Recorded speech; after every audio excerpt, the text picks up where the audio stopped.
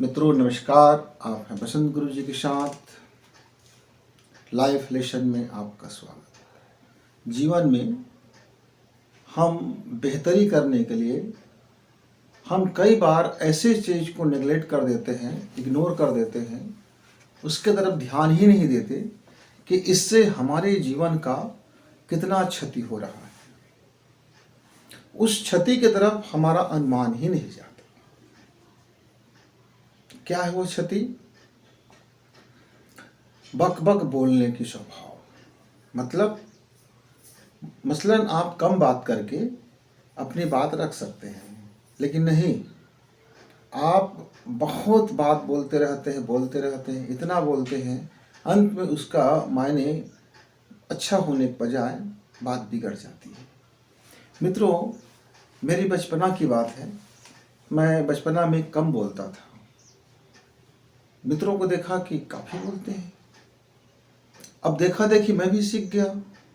किसी भी चीज़ पर बोलने लग गए, कभी भी बोलने लग गए, कुछ का कुछ बोलने लग गए। अब क्या है, आपका यदि अभ्यास नहीं है, आपके पास नॉलेज की कमी है, आपके पास अनुभव की कमी है, आपके पास गहराई की कमी है, आपके पास विवेक की कमी है, आपके पास अपने अभ्यास की कमी है और बोलने की कला नहीं है, समझने की आपके पास विश्लेषण क्षमता नहीं है, तो आप बोलेंगे तो जग हंसाई होगा, इससे अलावा ज़्यादा कुछ होगा नहीं। लेकिन जग हंसाई होगा तो फिर आपका सुख जाएगा, शांति जाएगा, आपकी प्रगति चला जाएगा, आप अवरोध में हो जाएंगे, क्योंकि आप फिर कुंठित हो जाएंगे, पश्चाताप में घिर जाएंगे, घृणा महसूस करेंगे, अपने से कमज़ोर अपने को महसूस करेंगे और हीन भावना से ग्रसित हो जाएंगे। लेकिन यदि वही आप संतुलित बोलते हैं, यदि तब जब संतुलित कब बोलेंगे, जब आप जो चीज़ आपसे बोला जा रहा है उसको समझेंगे, समझने के बाद बोलेंगे, तो बोलेंगे तो उसका असर भी शानदार होगा। तो मित्र, हम अपने जीवन के कई बरस, मसलन अपनी बहुत साल हमने खराब कर दिया अपने जीवन की इस ऊर्जा को। एक बार की घटना था कि मुझे एहसास हुआ कि मुझे चुप रहने की अभ्यास करनी चाहिए, मौन साधना करनी चाहिए। मैंने मौन साधना के लिए जब स्टार्ट किया तो मैं क्या देखता हूँ कि जब मेरा जुबान तो बंद हो गया, पर मैंने जैसे ही आँख बंद किया तो मेरे अंदर का जो मन है बहुत बक बक कर रहे थे, दिमाग है बहुत बक बक कर रहे थे, अंदर की इतनी चीज़ें उस बक बक में शामिल था कि मैं आपको बता नहीं सकता। हमारे जीवन का यदि 80% एनर्जी किसी स्रोत से बाहर जाता है तो वह है हमारे द्वारा अनावश्यक किए गए वार्तालाप, अनावश्यक किए गए बातचीत, अनावश्यक किए गए सोच विचार, अनावश्यक चीज़ों पर उलझ जाना, अनावश्यक चीज़ों पर हम रस लेना, किसी दूसरे के बात में रस लेना, ईर्ष्या करने में रस लेना, जलन करने में रस लेना, कहीं विवाद हो रहा है तो उन विवाद पर रस लेना जिससे हमारा कोई लेना देना नहीं है। मतलब फिजूल की ऐसी जो चीज़ें हैं जिसको हम बक बक झकझक कहते हैं, उन चीज़ों पर हमारी जो एनर्जी पावर है नष्ट होते रहता है और हमें इस पर, हमारे ही बर्बादी पर हमें मज़ा आते रहता है। गजब की बात तो ये है कि हमारी ऊर्जा बर्बाद हो रहा है, इसका जरा भी भान नहीं है और हम उस पर और रस ले रहे हैं और मज़ा कर रहे हैं। और हम जब रात में सोने जाते हैं तो क्या पाते हैं कि आज हमारा शरीर का सारा एनर्जी चुक चुका होता है। हमारे बहुत से मित्र तो ये बोलते हैं कि भाई हम बड़े गरीब हैं, हमारे पास धन नहीं है। क्यों? आप सोचते ये हो कि जो धन वाला है उसको गाली दो, जो धन वाले है उससे चिढ़ो, जिसने सफलता प्राप्त किया है उसकी बुराई करो, जिसने सफलता प्राप्त करके अपने दिमाग और मेहनत से जिसने धन अर्जित किया है उसकी चारी करो, खुदाई करो, उसके गड्ढा खोदो, उसके पीठ पीछे उसके तमाम तरह की अफवाहें फैलाते रहो और आप सोचोगे कि आपके बदले में वो धन आपसे आकर्षित हो जाएगा। मित्र, आपसे आकर्षित होता है ईर्ष्या, तो आप ईर्ष्यापति बन जाते हैं। आप आकर्षित करते हैं जलन को तो जलनपति बन जाते हैं। आप आकर्षित करते हैं गरीबी को तो गरीब बन जाते हैं। आप जो जो चीज़ें आकर्षित करेंगे, नकारात्मक चीज़ें आकर्षित करते हैं तो आप नकारात्मक के धनी हो जाते हैं। आप दूसरों के विवाद पर रस लेते हैं तो आपके घर में भी विवाद उत्पन्न हो जाता है। आप दूसरे के दुख में खुशी मनाते हैं तो आपके घर में भी वही पीड़ा और दुख और दिखावटी लोग आ जाते हैं, पाखंड से भरे हुए लोग। तो मित्र, पहले तो आपको अपने से ही शुरुआत करना होता है कि आप क्या आकर्षित करना चाहते हैं। पहले आप यदि अपने इस बेवजह की जो आप बोलते रहते हैं, बेवजह की जो विचार लाते हैं, बेवजह की सोच पर आप पड़ जाते हैं, बेवजह की चीज़ों में जो आप उलझ जाते हैं, बेवजह की ज़िंदगी आप जो जीते रहते हैं, उसको पहले स्टॉप कीजिए। इसको स्टॉप जब करेंगे तो आपका ऊर्जा बच जाएगा। जब वो बचेगा तो ऑलरेडी आपके पास सारी चीज़ हो गया। जो आप अभाव महसूस कर रहे थे आपके पास हो गया, आ गया आपके पास। जब आ जाएगा तो फिर आप उसका इस्तेमाल करोगे। अब एक व्यक्ति था, वह व्यक्ति खाना पका रहा था। हम लोग गए थे घूमने जंगल में। जब जंगल में घूमने गए थे और एक पर्यटक स्थल था, वहाँ खूब सारे लोग खाना पका रहे थे, हम लोग भी खाना पका रहे थे। तो हमारा तो चूल्हा बढ़िया जल रहा था। क्यों? क्योंकि चूल्हा जलने का जो नियम होता है उसके अनुरूप हम हवा की दिशा को देख करके, ढलान को देख करके, और सूखी लकड़ियां हैं और कितनी उसको गैप दे कि जिससे उनकी हवा भी मिले और वह हवा अग्नि हमारा फैले मत, ताकि उसका ताप सही जगह पे जाए। तो और ये हमने कब सीखा था? हम अपने जीवन में एक लंबी यात्रा जब किए थे तो गर्मी का दिन था, हमको भोजन पकाना था। तो हमने एक कुछ ईंट पत्थरों को इकट्ठा करके चूल्हे जैसे बनाया, और मेरा मित्र था, वो सूखे हुए पत्तों को भर भर के लाते थे, खूब बोरे के बोरे भर भर के लाते थे।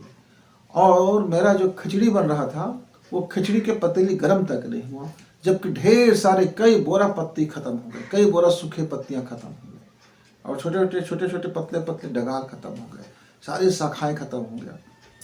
तब मैंने अपने मित्र से कहा, देखो इस पूरे जंगल के पत्ती को भी आप लेके आओगे तब भी हमारा खिचड़ी नहीं बनेगा। उसका कारण है, जब तक वह आग गर्म करता है पतीली को, उसके पहले बुझ जाता है, उसके पहले हवा आती है और उड़ जाता है। तो ऐसे ऐसे हमारा खाना नहीं बनेगा। तब से मैंने सीखा था कि उचित आग का अनुपात और उसकी हवा दिशा और उसकी गर्मी को बराबर संतुलन से खाना पकता है।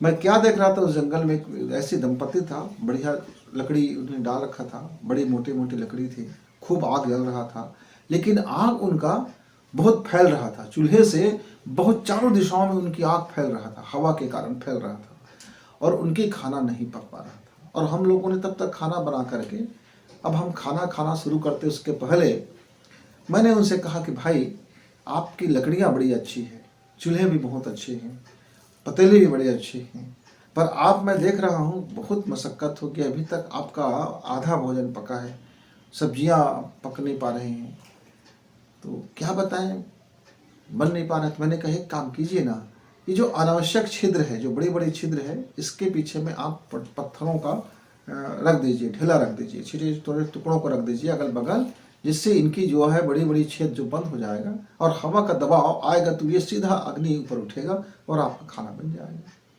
उन्होंने मेहनत की, फिर देखा कुछ समय के बाद उनका बहुत तेजी से खाना बनने लगा, क्योंकि आग जो था वो सीधा अब पतीली को गर्म करने लगा, अब फैल नहीं रहा है, चारों दिशाओं से छिद्र से नहीं फैल रहा है। इसी तरह से मित्र, हमारे जीवन की जितने भी परेशानियां हैं, कठिनाइयां हैं, जो भी प्लान में फैल खाते हैं, जो भी योजनाएं फैल हो जाती है, जीवन में अशांति आता है, क्रोध आता है और नुकसान होते हैं, बैर हो जाता है, बहुत सारी चीज़ें हमारे इन्हीं जो ऊर्जाओं का बक करके हम जो निकाल देते हैं, कहीं से कहीं निकालते रहते हैं, जब पाते हैं तब निकालते रहते हैं, बेवजह निकालते रहते हैं, उसका कोई औचित्य नहीं रहता है, वो सारी चीज़ें निकल जाती हैं। और हमारे लिए जब काम का समय आता है तो ना तो हमारी विचार शक्ति उतनी मजबूत होती है, न अवधारणा की शक्ति उत्पन्न होता है, न अंदर से कोई सामर्थ्य उत्पन्न होता है, न हमारे अंदर में प्रखरता बचा रहता है, न हमारे अंदर में जीवंतता बचा रहता है, न खुशी बचा रहता है, न प्रेम बचा रहता है, न करुणा बचा रहता है, न आनंद बचा रहता है।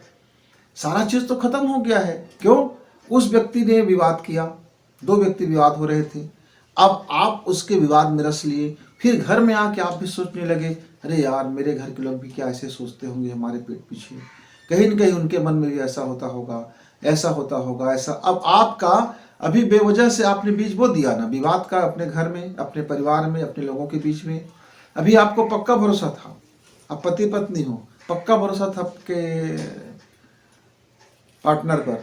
जैसे ही आप उधर देखें कि दो इसलिए लड़ रहे हैं क्योंकि उनके साथ धोखा हुआ है, छल हुआ है, और एक दूसरे को गाली गलौज लगा रहे हैं, दूसरे को आरोप प्रत्यारोप कर रहे हैं। आप वहाँ मजा ले लेके उनको सुन रहे थे, देख रहे थे, आपने चर्चाएं भी की और आप बड़े आनंद हुए। आपका रस इतना हो गया कि आप उस विवाद में अपने आप को रस में डाल दिया।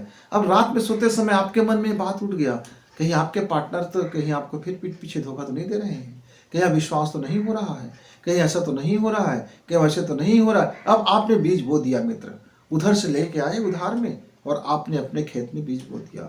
आपका धान, अब आपकी जो फसल है, अब उसमें बाहर का बीज आ चुका है और खरपतवारें आ चुकी है और बड़ी बड़ी कीटनाशक आ चुके हैं। अब आपका जीवन इस तरह से गटमट और फेलियर लाइफ हो जाता है। यदि आप अपने कानों पर थोड़ा नियंत्रण रखें कि जो आपकी बात का नहीं है वह सुनने के लिए ना रुका जाए। आप अपनी आंखों को थोड़ा नियंत्रित करें, जो चीज़ें आपको मतलब नहीं है उसको देखने के लिए रस ना लिया जाए। ऐसे ही मुंह का बकबक, जो चीज़ें आपके लिए नहीं है, जो आपका मतलब नहीं है, वहाँ खड़ा होकर के आप किसी को बेवजह कुछ का कुछ मत बोलते रहो, कहीं न कुछ भी कुछ मत चिपकाते रहो।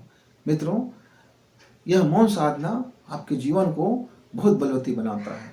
यदि आपकी इस मौन साधना में आपने अपने कान का सुनना नियंत्रित कर लिया, आप वही सुने जो आपका है, आप जिसको चाहते हैं, आप जो चीज़ चाह रहे हैं, अनावश्यक चीज़ों को ना सुना जाए, आँख से जो अनावश्यक चीज़ों को ना देखा जाए और मुंह से अनावश्यक बकबक ना किया जाए, तो इस ऊर्जाओं का जो बना हुआ जो समुच्चय होगा, जो एनर्जी पावर होगा मित्र, बड़ा चमत्कारिक होता है, बड़ा चमत्कारिक होता है।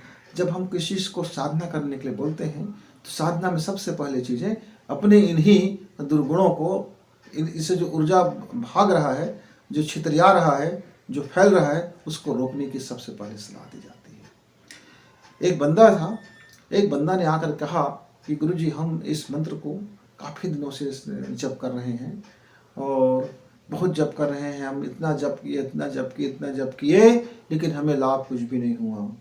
मैं बोला ठीक है, लाभ होना भी नहीं चाहिए। तो बोला, आश्चर्य हो गया, अरे आप क्या ऐसे कहते हैं, लाभ होना नहीं चाहिए? हाँ मित्र, लाभ नहीं होना चाहिए। कैसे लाभ नहीं होना चाहिए?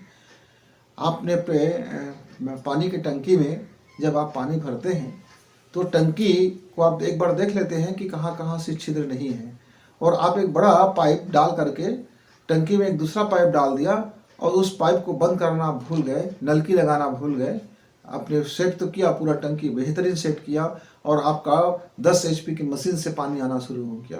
1 HP की मशीन से पर्याप्त पानी आता है, लेकिन आपने 10 HP का लगा लिया, पानी भी आ रहे हैं, टंकी में भरा भी जा रहा है, लेकिन आपने एक बड़ा पाइप लंबी डाल करके आप उसके ऊपर ब्रेकर लगाना भूल गए। तरह तरह की पाइपें आपने डाल रखी थी, अलग अलग फैला रखे थे सभी कमरों में, यहाँ भी जाए, आंगन में भी जाएगा, बाड़ी में भी जाएगा, किचन में भी जाएगा, वो सब जगह आपने पाइप फैला लिए थे। पाइप फैलाने के बाद उनमें नलकी डालना आप भूल गए, और जिसमें नलकी डला भी हुआ है उसमें आपने ब्रेकर लगाना भूल गए और उधक लगाना भूल गए कि इससे पानी की बर्बादी ना हो। आप खुला छोड़ दिए, सब पाइप को खुला छोड़ दिए।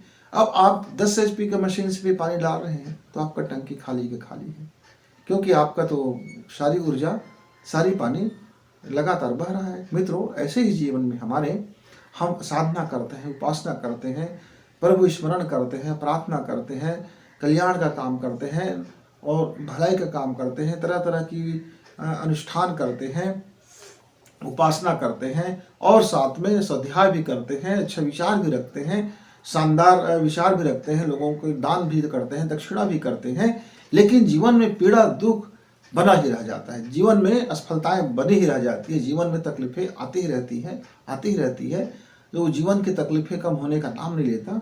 तो मित्र, इसके कहीं कारण में आप देखे होंगे तो ये आपका जो बकबक है, ये आपका मूल स्रोत है। मित्रों, आप इसको बंद कीजिए, आवश्यकता के अनुसार ही खोलिए। जिस तरह से हम नलकी का पानी, नल में पानी आता है तो हम अपने आवश्यकता के अनुसार से खोलते हैं, शेष को टंकी में भरे रहने देते हैं, तो हमारा दिन भर का गुजर होते रहता है।